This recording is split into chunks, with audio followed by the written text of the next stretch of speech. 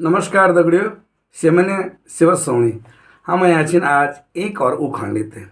दगड़ियों, गढ़वाली मातृभाषा तहत हम उखाणों की श्रृंखला चौना छिन और आज वो उखाण बोलने से पहले एक पृष्ठभूमि पर बातचीत कला कि कै परिस्थिति में यो उखाण बोली जन छो।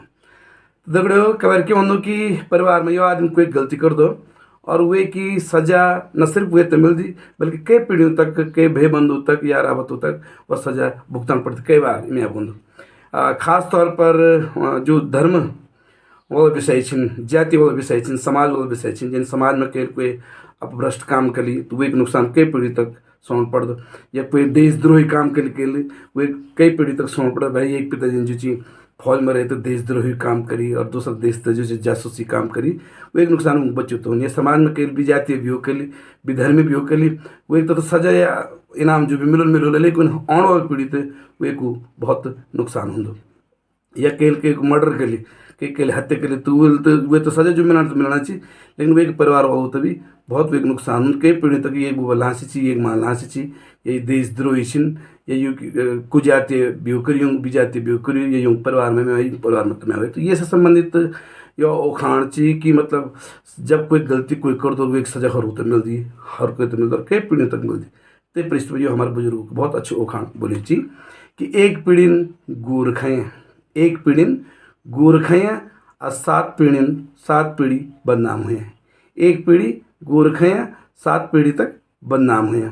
मतलब किसी समय कालखंड में किसी पीढ़ी ने मजबूरीवश या किसी कारणवश गाय का भक्षण किया, और गाय खास तौर पर हिंदू धर्म में बहुत पवित्र पशु माना जाता है, उसको माँ के समान माना जाता है और इसलिए उसका पूजन किया जाता है क्योंकि उसकी दूध की जो गुणवत्ता है, जो उसमें प्रोटीन है, विटामिन हैं, जो उसमें पौष्टिक तत्व है, माँ के दूध के बराबर हैं। इसलिए कई बार किसी बच्चे की माँ मर जाती तो उसकी गाय के दूध पर पाला जाता है। लेकिन किसी कारणवश यदि किसी ने तो कहते हैं अगर एक पीढ़ी ने गाय खाई लेकिन वो 7 पीढ़ी तक बदनाम हुई, तो इसलिए कोई ऐसा काम न हो न करें जिससे कि आपका नुकसान तो होगा ही होगा, लेकिन आने वाली कई जनरेशन तक, कई पीढ़ियों तक उसका नुकसान होता है। तो तबे बोलो अच्छा गढ़वाल में एक पीढ़ी गुर खाएँ और 7 पीढ़ी बदनाम हुए, मतलब गलती कोई करे और नुकसान कई और लोगों को उठाना पड़े।